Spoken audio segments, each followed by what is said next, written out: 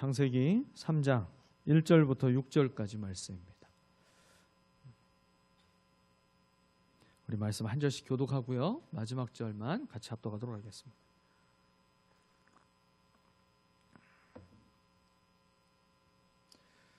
뱀은 주 하나님이 만드신 모든 들짐승 가운데서 가장 간교하였다. 뱀이 여자에게 물었다. 하나님이 정말로 너희에게 동산 안에 있는 모든 나무의 열매를 먹지 말라고 말씀하셨느냐?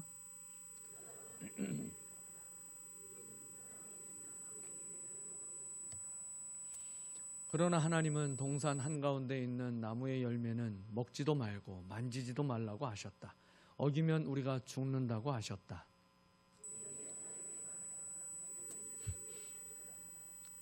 하나님은 너희가 그 나무 열매를 먹으면 너희의 눈이 밝아지고 하나님처럼 되어서 선과 악을 알게 된다는 것을 아시고 그렇게 말씀하신 것이다. 여자가 그 나무의 열매를 보니 먹음직도 하고 보암직도 하였다. 그뿐만 아니라 사람을 슬기롭게 할 만큼 탐스럽기도 한 나무였다. 여자가 그 열매를 따먹서 먹고 함께 있는 남편에게도 주니 그도 그것을 먹었다. 아멘. 네. 여러분 교회를 위해서 기도할 때 저를 위해서도 기도해 주시지만 우리 정전도사님을 위해서도 열심히 더 기도해 주십시오. 제가 지난 주일에 1, 2부 하고 또 사역팀장 이제 새가족반도 하고 사역팀장 회의를 하고 이제 다 했더니 끝나고 나서 생각보다 제 마음은 원이로되 육신이 따라주지 못하는 게 많더라고요.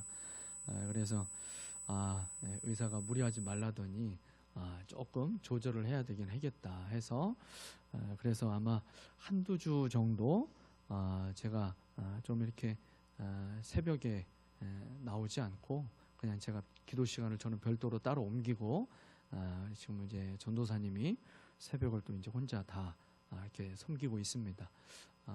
전사님도 열심히 또 강건하게 잘 사역 감당할 수 있도록 위해서 기도해 주시면 좋겠습니다.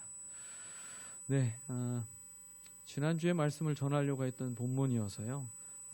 2주 동안 말씀을 묵상하다 보니 설교가 좀 길어질 것 같습니다. 마음의 준비를 단단히 하시고 같이 말씀을 들었으면 좋겠어요.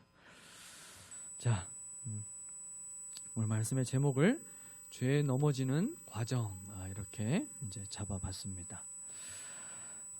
여러분 세상이 점점 더 악해져 가면서 흉악한 범죄들이 갈수록 늘어가고 있어요. 범죄 사건을 우리가 뉴스에서 접하게 되면서요. 유사한 범죄가 나에게도 일어날 수 있을 것 같다라는 마음이 모든 사람들에게 들게 됩니다. 그래서요. 갈수록 마음의 평안을 누리기 어려운 시대인 것 같습니다.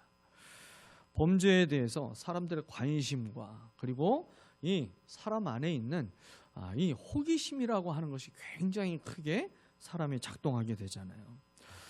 이제 이런 것들을 이용해서 방송에서도 범죄를 주제로 다루고 있는 예능 프로그램들이 계속 지금 만들어지고 있잖아요. 여러분도 보고 있는 거 있으시죠? 꼬꼬무? 뭔지 웃으시는 분은 뭔지 알고 웃으시는 분인 것 같아요. 꼬리에 꼬리를 무는 그날 이야기 이러면서 어떤 강력한 흉악 범죄에 대해서 그 사건이 왜 일어나게 됐는지 이 사람은 무엇 때문에 이렇게 악한 일을 하게 됐는지 이런 것들을요 계속 이제 파헤쳐가는 거죠. 그리고 또 뭐 아주 유명한 남자 배우 마땡땡 이런 배우가 했던 범죄도시라고 하는 이제 그런 영화도 개봉할 때마다 막 흥행에 성공하고 있잖아요. 제가 어릴 적에 봤던 대표적인 범죄 수사 드라마 제가 태어나기 전부터 시작했더라고요. 제가 보니까 1971년도부터 이 범죄 수사 드라마가 시작을 했어요. 그 범죄 수사 드라마의 제목은 수사반장. 수사반장. 그게요. 1971년도부터 시작을 해가지고 1989년도까지 이어졌더라고요. 그러면서 800회를 제작을 해서 그렇게 이제 아주 장수한 프로그램이었어요. 제가 중학교 2학년 때까지 이어진 아주 장수 프로그램입니다. 과거나 지금이나 이 범죄 수사를 다루는 프로그램을 보게 되면 한 사람이 어떻게 그렇게 잔인한 범죄를 저지르게 되었는지 그 이유를 찾아가는 과정을 빼놓지 않고 항상 다룹니다. 사이코패스가 아닌 이상 어느 날 갑자기 범죄를 저지르는 사람은 없습니다. 인생 속에서 어떤 삶을 살아왔고 그리고 그 삶에서 겪은 고통과 상처가 어떻게 작용해서 무서운 범죄까지 저지르게 되었는지 그 과정을 찾아가면서 이야기를 진행합니다. 그러면서 계속해서 왜? 라는 질문을 이제 이 진행하는 사람들이 계속 던지죠. 여러분, 사람이요, 배고픈 건 좀 참을 수 있어도 궁금한 건 못 참지 하잖아요. 이 배고픈 거는 우리가 몇 날 며칠을 좀 참을 수도 있어도, 야, 이거 말을 하다가 중간에 다 끊고 그 사람을 궁금하게 해놓으면 이거 궁금해가지고 잠도 못 자고요. 뭐 이게 해결되기 전까지는 그렇잖아요. 왜라고 하는 질문을 던지면서 이야기를 하니까요, 호기심이 자극되어 가지고 많은 사람들이 시청을 하는 것 같습니다. 성경을 읽다 보면 바로 이 범죄와 관련해서 왜 그랬을까라는 질문이 처음으로 등장하는 부분이 바로 오늘 본문입니다. 왜 아담과 하와가 선악과를 따먹는 지경에까지 이르게 되었을까? 여러분, 이런 궁금증이 일어나게 되죠. 성경은 이 사실을 왜? 라는 것을 기록하면서 우리가 읽고 묵상하며 기억해야 할 말씀으로 주셨을까? 성경이 왜 이 사실을 기록해 놓고 우리가 읽고 묵상하며 기억하도록 우리에게 이 말씀을 보여주셨을까? 우리가 이것을 생각할 수가 있어요. 아담과 하와가 선악과를 따먹는 이 범죄를 왜 저지르게 되었는지 우리가 알기 전에요, 성경이 우리에게 가르쳐주고 있는 메시지부터 알아야 됩니다. 먼저 우리가 기억해야 될 메시지는 아담과 하와와 우리를 분리해서 생각하면 안 된다라는 거예요. 성경에 수많은 믿음의 사람들의 이야기가 나옵니다. 그리고 그들의 믿음으로 성공한 이야기만 하고 있는 것이 아니라 성경은요, 그들이 아주 무참하게 패배하고 실패하고 있는 이야기까지 전부 다 기록해주고 있어요. 하나님과 같은 기적의 능력이 충만했던 엘리야이든지 간에 그 좋은 지상 낙원에서 살면서도 범죄하여 넘어지게 됐던 아담과 하와이든지 간에, 그리고 지금 이 시대를 살고 있는 저와 여러분이든지 모두가 다 동일한 성정을 가진 연약한 피조물이라고 하는 사실을 기억하라는 겁니다. 아이고, 내가 에덴 동산에 살았더라면 나는 선악과를 안 따먹었을 텐데, 저 못난 아담과 하와가 따먹어가지고 내가 지금 이렇게 고생하고 있다라고 여러분 그렇게 말하는 사람의 생각은요, 결코 성경적이지 않습니다. 좀 더 직설적으로 표현하면요, 마귀가 주는 생각에 붙잡혀 있는 사람이에요. 아담과 하와를 나와 분리시키고 죄에 넘어져 있는 사람과 나를 계속 분리시켜서 나는 안 그럴 텐데 왜 저 사람은 저럴까? 여러분, 이렇게 생각하는 것 자체가 마귀가 주는 생각에 우리가 나도 모르게 넘어지고 있는 거예요. 그러므로 우리는 첫사람 아담이 죄에 넘어지는 이 과정을 우리가 깊이 살펴볼 필요가 있습니다. 아담의 실패가 인류 역사 속에서 끊임없이 반복되고 있기 때문입니다. 심지어 이 죄가 유전되어 내려오기 때문에 우리는 더욱 쉽게 죄에 넘어질 수 있는 존재입니다. 저와 여러분의 인생에서 날마다 반복되고 있는 이 죄에 넘어지는 이유를 오늘 말씀에서 우리는 발견해야 됩니다.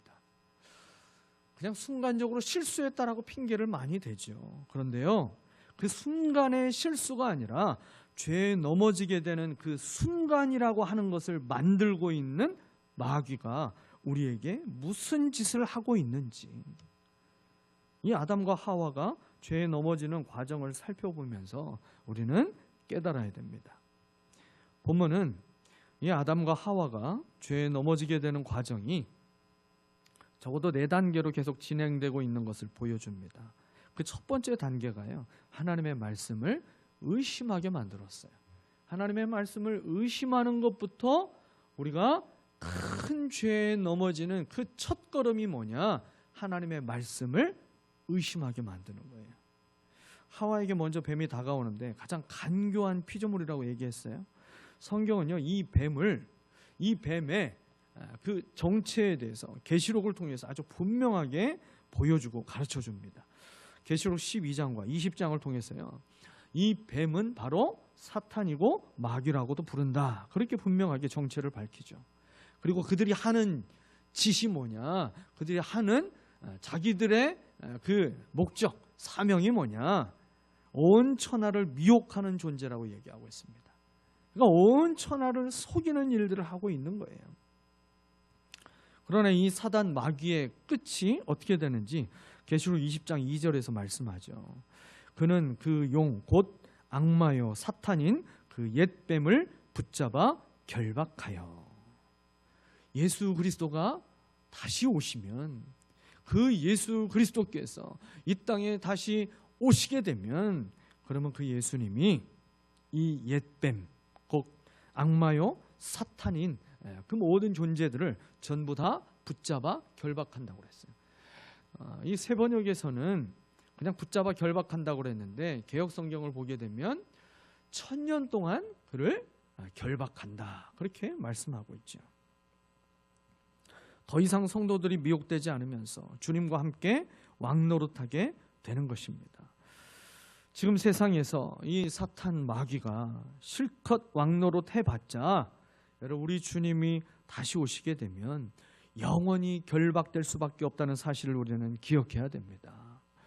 그런데 온 천하를 이 미혹하는 이 사탄 마귀가 하나님의 형상대로 지음을 받은 사람들을 어떻게 범죄하게 하는가 하고 봤더니요, 그 시작이 하나님의 말씀을 의심하게 만드는 것부터 시작했어요. 하나님의 존재를 의심하게 하는 게 아니었어요. 하나님의 말씀을 의심하게 만듭니다. 하나님 말씀을 의심하게 만들면요, 하나님에 대한 이미지가 바뀌게 됩니다. 말 한마디의 차이로요, 정말 그 사람이 그런 말을 해? 사람의 이미지가 달라지게 되잖아요. 하나님에 대한 이미지가 사랑이 아니라 아주 이기적이고 그리고 무서운 하나님으로 하나님을 바꿔버리게 됩니다. 뱀이 여자에게 물었던 말을 한번 보세요. 하나님이 정말로 너희에게 동산 안에 있는 모든 나무의 열매를 먹지 말라고 말씀하셨느냐? 이렇게 지금 질문하고 있잖아요. 하나님이 이렇게 말씀하신 적이 있나요? 없어요. 하나님이 이렇게 말씀하신 적이 단 한 번도 없습니다. 하나님이 아담에게 하셨던 말씀을 한번 잘 보십시오. 창세기 2장 16절과 17절이에요. 동산에 있는 모든 나무의 열매는 내가 먹고 싶은 대로 먹어라. 그러나 선과 악을 알게 하는 나무의 열매만은 먹어서는 안 된다. 그것을 먹는 날에는 너는 반드시 죽는다. 이게 하나님께서 아담에게 하셨던 말씀이잖아요. 근데 마귀는 동산에 있는 모든 나무의 열매를 먹지 말라고 하나님이 그렇게 말씀하셨느냐? 이렇게 틀어서 얘기하고 있어요. 하나님께서 아담에게 이 말씀을 하셨을 때 그 의도가 뭐가 되겠습니까? 동산 나무의 모든 과일을 하나님이 다 만들어 놓으시고 그것을 마음껏 먹으며 즐기게 했잖아요.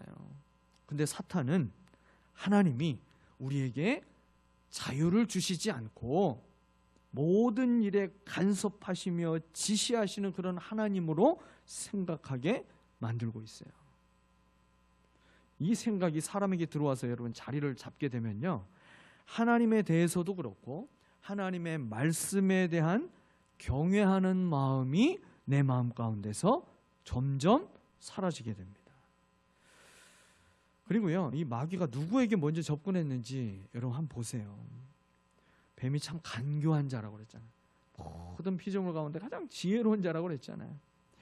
하나님이 주신 그 지혜를요, 마귀의 손에 넘겨주면요, 악한 일에 탁월하게 쓰임 받습니다. 하나님이 지혜를 주셔서 모든 지식들을 다 통달하게 해서 언어도 잘하고 뭐 박사학위도 여러 개를 따고, 여러분 그렇게 참 탁월한 사람이 참 그렇게 악한 사기꾼 노릇을 하게 되는 것을 우리가 가끔 보게 되잖아요. 하나님이 주신 그 지혜를 하나님의 손에 계속 붙들려서 쓰임 받을 때에 하나님의 영광을 드러내는 일에 사용되는 거예요. 그런데요, 하나님이 주신 그 지혜를 마귀의 손에 탁 내어주는 순간 여러분 그 사람을 통해서 수많은 사람들을 하나님께로 떠나가게 만드는 그런 악한 도구로 쓰임받게 되는 것입니다. 뱀이 하와에게 먼저 그렇게 접근했다라고 하는 사실을 우리는 먼저 봤고요. 이 뱀이 아담에게 먼저 접근하지 않았어요. 절대로 그렇게 하지 않았잖아요. 하와에게 먼저 접근했어요. 왜 그렇습니까? 약한 곳이 어디인지 정확하게 알고 공격하고 있는 거예요. 하나님이 아담에게 말씀을 주셨기 때문에 아담에게 접근하지 않고 아담에게서 전해들은 하와에게 먼저 접근했습니다. 여러분, 말이라고 하는 그 무게감과 진지함, 이게요 한 다리만 딱 건너가게 되면 그러면 이게 굉장히 약화됩니다.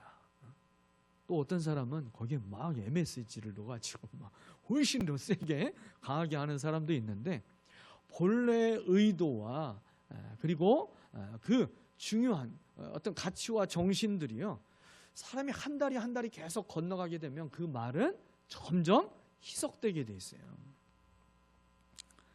사탄은 그걸 너무나 잘 알고 그것을 이용하는 것입니다. 마귀는요 틈을 노리는 존재예요. 틈을 노리는 존재. 우리의 약점이 무엇인지 잘 알고 접근합니다. 마귀의 1차 목적이요, 하나님의 말씀을 의심하게 만들기 위해서였어요. 하나님의 말씀을 단단하게 붙잡고 있는 사람은 결코 범죄할 수가 없습니다. 마귀에게 틈을 내어주지 않는 사람은요, 말씀을 분명하게 붙잡은 사람이에요. 그렇게 마귀는 지금도 믿는 사람들에게 뱀처럼 다가옵니다. 소리 없이 살며시 다가와서요, 하나님의 말씀에 대한 우리의 신뢰를 자꾸만 흔들어요. 하나님의 말씀을 의심하지 않고 여러분 분명하게 붙잡아서 죄에 넘어지지 않게 되시기를 소망합니다. 두 번째는요, 하나님의 말씀을 이렇게 우리가 의심하게 만들게 되면 그 다음이 어떻게 되느냐, 하나님의 말씀을 왜곡시키는 거예요. 하나님의 말씀을 왜곡시킵니다. 하와가 죄에 먼저 넘어진 결정적인 실수가 나오는데요, 그것은 마귀의 말에 반응을 보이면서 대화를 이어갔다는 거예요. 이거를요, 하와가 그 마귀의 말에 무슨 말도 안 되는 소리를 하고 있어 하면서 그냥 그 마귀를 상대하지 않고 그 마귀와 함께 있던 자리를 떠나가 버렸으면 선악과를 타먹는 일은 없었겠죠. 그런데 그 마귀가 하는 말에 그가 그 말이 내 마음 가운데 들어와서 생각으로 조금만 계속 연결이 되니까 이 마귀에게 이 하와가 반응을 보이며 대화를 하기 시작했잖아요. 죄를 이기는 방법은요, 죄를 이기는 최선의 방법은 죄를 지을 수 있는 일에 반응을 하지 않는 것입니다. 요셉이 보디발의 아내가 유혹할 때 그 자리를 피하였던 것처럼 이 죄로 유혹하는 그 일을 피해야 되는 것이죠. 몸이 건강하길 원하면 몸에 좋은 걸 먹어야 되잖아. 내 몸에 도움이 되는 걸 먹어야 되는데 내 입에 좋은 걸 자꾸 먹으면서 건강하기를 원하고 있으면 그러면 우리는 계속해서 우리가 넘어지고 있는 거잖아요. 내가 계속해서 하나님과 관계가 온전해지지 못하고 멀어지게 만드는 그 죄의 자리, 그 죄의 습관들을 우리가 떠나지 않고 그것을 계속해서 붙잡고 있으면서 내가 이길 수 있을 거라고 생각하면서 그 자리에 있는 것 자체가 우리는요 계속 죄에 넘어지고 있는 모습이죠. 여러분, 죄는요 우리를 넘어지게 만들고 더 나아가서 우리를 삼키게 되는 것입니다. 하와의 대답 속에서 죄에 넘어지게 되는 두 번째 과정을 우리가 발견할 수 있어요. 하와의 대답을 보면 하나님이 처음에 하셨던 그 말씀과 비슷하긴 한데 달라져 있습니다. 2절을 보시면 하와가 했던 말들 가운데 하나님이 하셨던 처음에 주셨던 말씀과 하와가 대답한 그 말 사이에 두 가지를 발견할 수가 있어요. 하나는 이 하와가 더하고 있는 말이 있고요. 또 한 가지는 하와가 빼고 있는 말이 있어요. 여러분, 더하고 있는 말은 뭐예요? 하나님은 먹지 말라 했는데 하와는 만지지도 말라.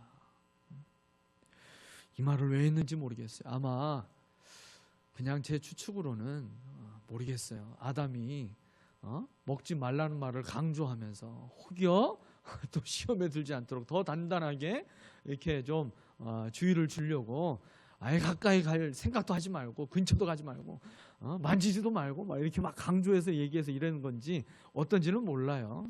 근데 어쨌든 이 하와의 말 속에서 하나님의 말씀하고 다르게 더해지고 있는 말씀이 있다라는 거예요. 좋은 것을 하나님께서 주셨는데 하나님께서 마치 그 근처에도 가지도 못하게 하시는 하나님으로 하나님의 이미지를 왜곡시키도록 만드는 이 생각이 벌써 지금 어떻게 돼 있다라는 거예요? 하와가 죄의 오염이 되고 있다라는 거죠. 빼고 있는 건 뭘까요? 하나님은 반드시 죽는다라고 했죠. 그걸 먹으면 네가 반드시 죽는다. 근데 하와는 이 반드시를 빼버렸습니다. 새 번역에서는 죽는다 하였다 이렇게 돼 있는데 여러분 개역 성경에서는 죽을까 하노라 이렇게 돼 있잖아요. 하나님이 강조하신 것을 약화시켜서 말을 하고 있습니다. 하나님의 말씀은 그대로 됩니다. 여러분 믿으십니까? 그대로 되는 하나님의 말씀에 무언가를 더하고 또 하나님 말씀에서 무언가를 빼버린다면 여러분 그것은 말씀을 왜곡하고 있는 거예요. 악마의 편집이라는 말을 아시잖아요. 하나님의 말씀을 오해하도록 만들어서 크게 넘어지게 만드는 것입니다. 사탄은 우리를 범죄하도록 만들기 위해서 말씀을 의심하게 만들고요. 그리고 말씀을 조금씩 비틀어서 왜곡시키면서 우리를 하나님의 말씀에서 점점 멀어지게 만듭니다. 마귀가 의도한 대로 하나님을 더 이상 사랑이라고 믿지 못하면서 하나님과 나중에는 막 힘겨루기를 하면서 성경대로 신앙생활을 하지 않고요. 자기 생각대로 신앙생활을 하는 사람들이 있잖아요. 말씀이 왜곡되기 시작하면요. 이제 그 다음 단계로 또 넘어갑니다. 세 번째 단계가 하나님의 말씀을 부인하는 거예요. 불순종하게 되는 것입니다. 하와의 대답에 뱀이 이제 기다렸다는 듯이 또 얘기해 주잖아요. 하나님이 죽는다고 하셨어. 죽을까 하노라. 이렇게 이제 하와가 대답했을 때 그때 옳거니 걸려들었어. 그러면서 이 뱀이 하와에게 얘기하잖아요. 너 절대로 안 죽어. 여러분 보세요. 하나님은 반드시 죽는다라고 했을 때 하와는 반드시를 뺐어요. 근데 뱀은 너 죽지 않아. 이렇게 얘기하잖아요. 절대로 죽지 않아.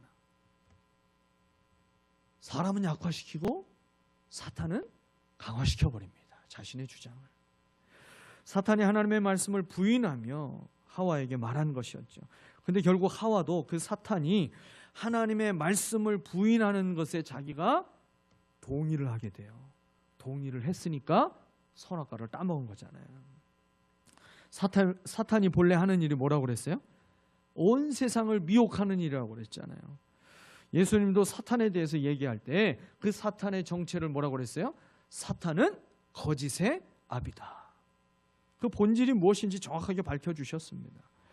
사탄은 오늘날도 너무나 많은 거짓과 그리고 진짜보다 더 진짜 같은 것들로 우리를 속이고 있어요. 여러분 지금 참 이 시대에만 과거에는 전혀 거의 없었던 그런 범죄가 딥페이크라고 하는 그런 범죄들이 많아지고 있잖아요. 그 사진 하나만 있으면 그리고 그 사람의 목소리만 잘 이렇게 한번 따보면 그 사람의 음성으로 이 사람의 입이 움직이면서 실제로 말을 하고 있는 것처럼 영상을 만들어 버릴 수 있는 얼마든지 조작을 해버릴 수 있는 시대잖아요. 진짜보다 더 진짜처럼 그렇게 만들고 있어요. 여러분, 과학은 무조건 믿어도 되는 여러분 그렇게 진리라고 생각하는 사람들이 참 많이 있죠. 그래서요, 이 진화론이라고 하는 이 가설, 진화론은 과학이 아니라 가설이잖아요. 근데 이 가설을 과학이라고 인정하고 자꾸만 믿게 만들어요. 마귀는요, 과학이라는 이름으로 거짓을 믿게 만들고 있고요, 철학이라는 이름으로 또 거짓말을 믿게 만들고 있어요. 인권이라는 이름으로 인권을 탄압하고 있고, 사랑이라는 이름으로 거짓된 욕심을 포장하고 있습니다. 시편 121편 말씀처럼 하나님은 자기 백성을 지키실 때 어떻게 지키신다고 그랬어요? 졸지도 아니하시고 주무시지도 않으신다라고 그랬어요. 왜 하나님은 그렇게 안 주무실까? 왜 그러실까? 마귀가 쉬지 않고 일하기 때문입니다. 마귀가 쉬지 않고 일하니까 하나님이 조실 수가 없는 거예요. 하나님이 주무실 수가 없는 거죠. 자기 사랑하는 자기 백성들을 지키시기 위해서 쉬지 않고 일하고 있는 여러분, 그 악한 사단 마귀로부터 우리를 지키고 보호하기 위해서 하나님은요, 졸지도 아니하시고 주무시지도 않으십니다. 동산에 있는 모든 나무 열매를 먹지 말라고 하더냐라고 하는 이 질문으로 하나님의 선하심을 부인하게 만들었고요, 그리고 죽을까 하노라 대답했던 하와에게 절대로 죽지 않는다라고 말하면서요, 하나님의 절대 주권과 그리고 말씀의 진실하심, 이것을 부인하게 만들었어요. 하나님의 선하시고 진실하신 것, 이 두 가지를 전부 다 부인하게 만듭니다. 하나님의 말씀을 더 이상 생명으로 여기지 않아도 된다라고 하는 생각. 여러분, 우리 가운데에도 그런 생각을 가지고 계신 분이 있지 않으신가요? 하나님의 말씀이 생명으로 여겨야 되는데 하나님의 말씀을 생명으로까지는 여기지 않고 그냥 그렇게 믿고 살아가고 있는 것이 있다면, 여러분, 우리의 마음도 우리의 생각도 우리의 믿음도 마귀가 참 많이 오염시켰기 때문에 우리도 그 생각 가지고 신앙생활을 하게 되는 것입니다. 마지막으로 그 죄에 넘어지게 되면요, 이 죄가 가지고 있는 속성이 분명하게 발동합니다. 그 죄가 가지고 있는 속성이 제가 지난번에 뭐라고 말씀드렸어요? 죄는 반드시 자라난다고 그랬죠. 결국 죄는요, 한 사람만 넘어뜨리고 끝나지 않았어요. 죄는 전부 넘어질 때까지 멈추지 않습니다. 여러분, 이게 우리가 죄를 경계해야 될 가장 중요한 이유 중에 하나예요. 죄는 전부 넘어질 때까지 멈추지 않아요. 그 옛날 히딩크 감독이 말했나요? 나는 여전히 배고프다. 여전히 나는 승리가 계속 고프다. 그래서 우리가 4강까지 올라갔어도 이참에 우리가 결승까지 올라가서 우리가 이번에 그 우승 트로피를 딱 들어야만 비로소 거기서 내가 만족할 텐데 나는 여전히 승리가 고프다. 근데요, 마귀도 그렇더라고요. 다 넘어질 때까지 마귀는요, 만족할 줄 모릅니다.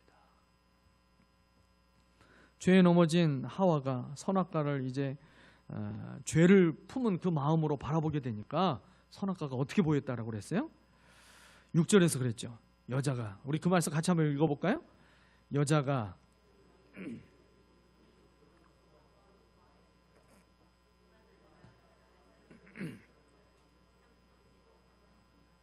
네, 가끔 커피 전문점에 가면 이 원두의 자부심이 어마어마한 그 커피 사장님을 만나게 돼요. 가끔.